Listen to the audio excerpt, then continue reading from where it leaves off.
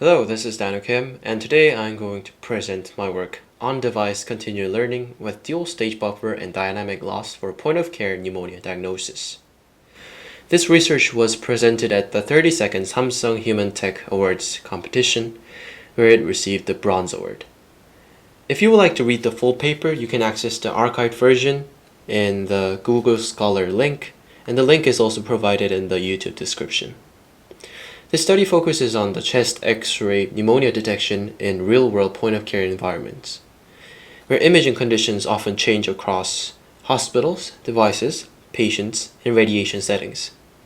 Our goal is to help diagnostic AI adapt to new domains over time while preserving the previous knowledge under mobile device constraints. Then, let's move on to the presentation. Pneumonia remains a major global health problem, especially for children, and rapid diagnosis is crucial.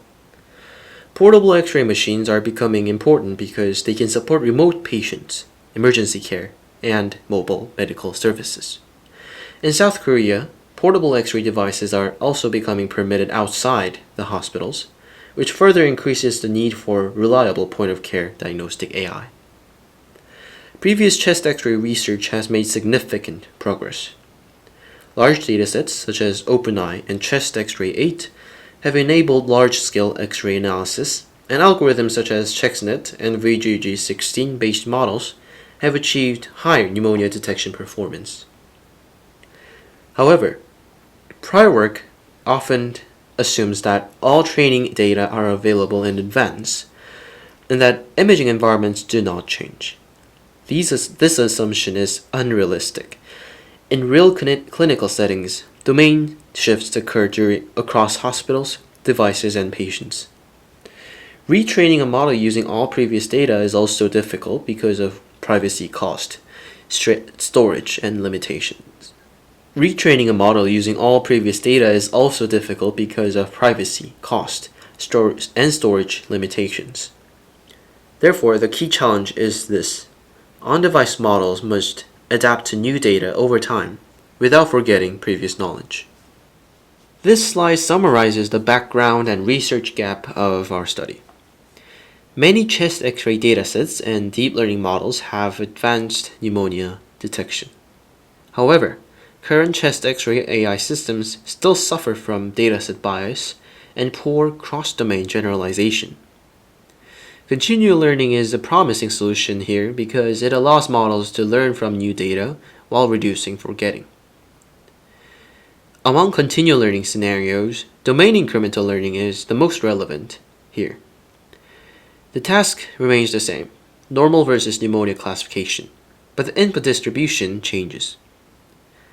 However, domain incremental learning is still underexplored in chest X-ray analysis, especially for on-device settings. Another issue is class imbalance. Medical data often contain unequal numbers of normal and pneumonia cases, and replay buffers may overstore majority class samples.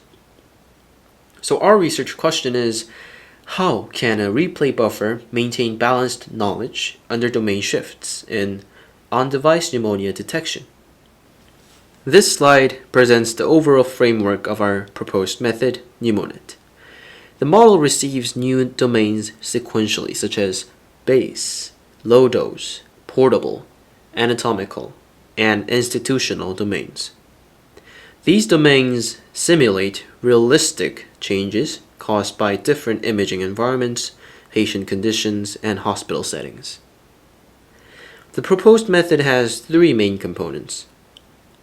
The dual-stage balanced buffer keeps class balance during both storage and replay. Second, the dynamic class-weighted loss adjusts the loss based on the class distribution in each batch, giving more weight to minority classes.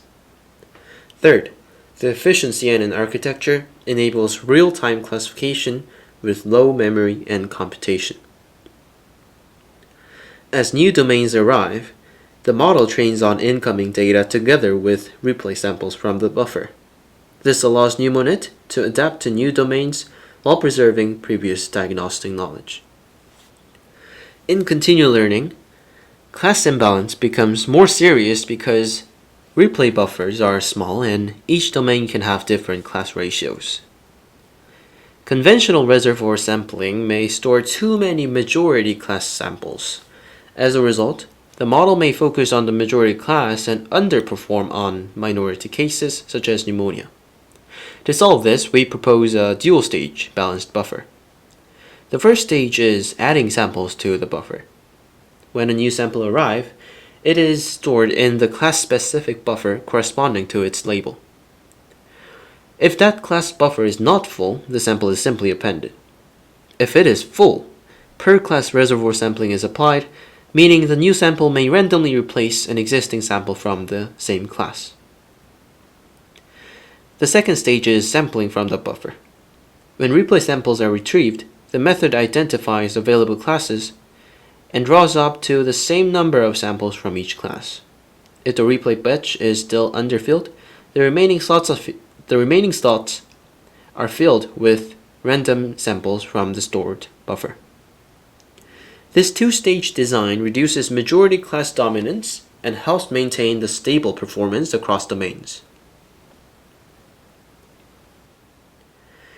Now, even with a balanced replay buffer, imbalance can still appear in the combined training batch because incoming data from the current domain may be skewed. For example, the current incoming batch may contain more normal cases than pneumonia cases. After combining it with replay samples, the final batch can still be imbalanced.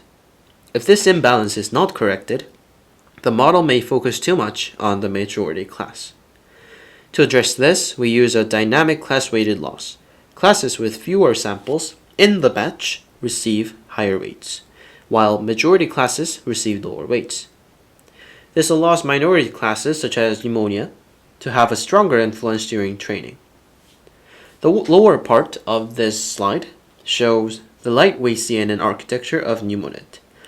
It uses two convolutional pooling blocks for feature extraction followed by a fully connected classification stage. The CNN extracts spatial patterns such as lung boundaries. The resulting feature maps are flattened into an 800-dimensional vector and passed through a 32-unit fully connected layer, followed by a two-class output for normal and pneumonia.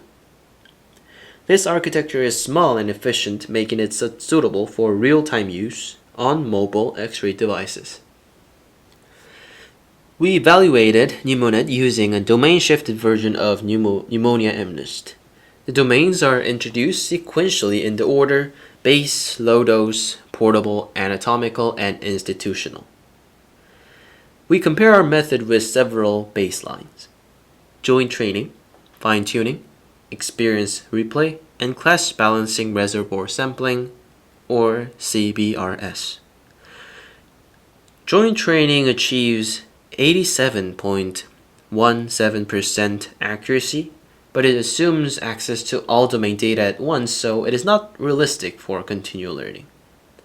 Fine-tuning achieves the lowest accuracy of 80.92% because it learns new domains without properly preserving the old knowledge, which it makes it suffer from forgetting.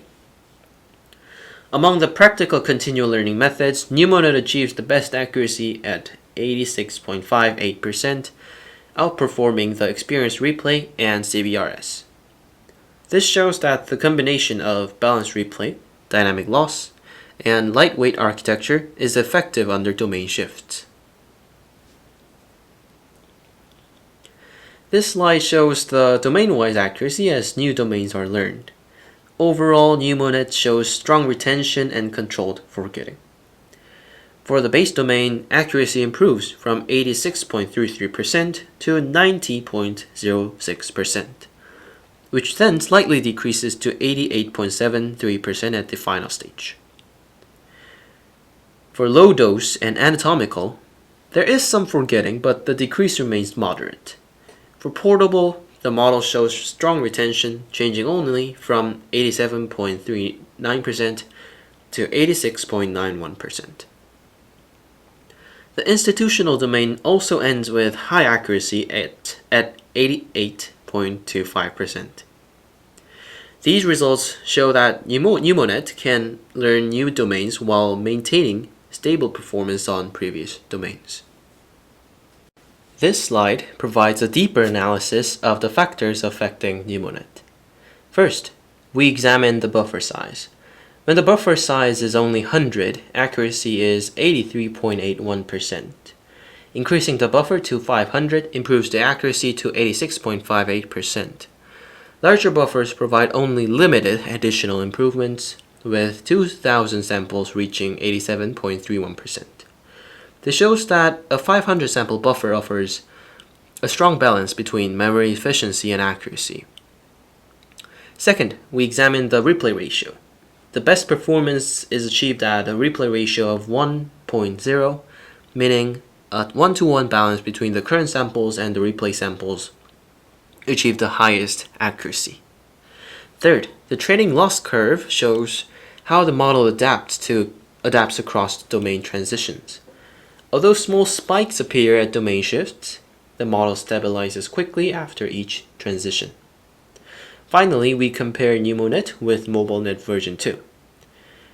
PneumoNet achieves better performance than MobileNet v2, trained from scratch, and performs comparably to pre-trained MobileNet v2, while remaining much smaller and more efficient.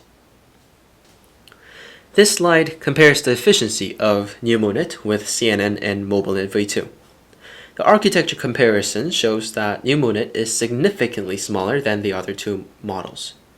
It has a model size of only 0.22 megabytes, compared with 1.61 megabyte for the baseline CNN and 8.71 megabytes for MobileNet v2.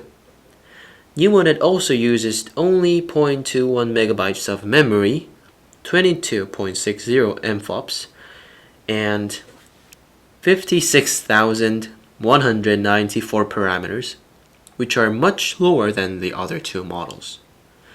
The training time comparison also shows strong efficiency. PneumoNet finishes training in 63.52 seconds, slightly faster than CNN and more than 3 times faster than MobileNet v2.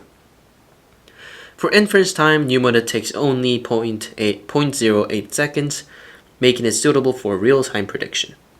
These results demonstrate that PneumoNet is suitable for real-time clinical use on resource-limited point-of-care devices. In conclusion, we propose PneumoNet, a lightweight on-device domain incremental continual learning model for chest X-ray pneumonia detection. The main contributions are threefold. First, we address domain incremental learning for pneumonia detection under changing X-ray imaging conditions. Second, we propose a practical framework combining a lightweight CNN, dual-stage balanced replay, and dynamic class-weighted loss.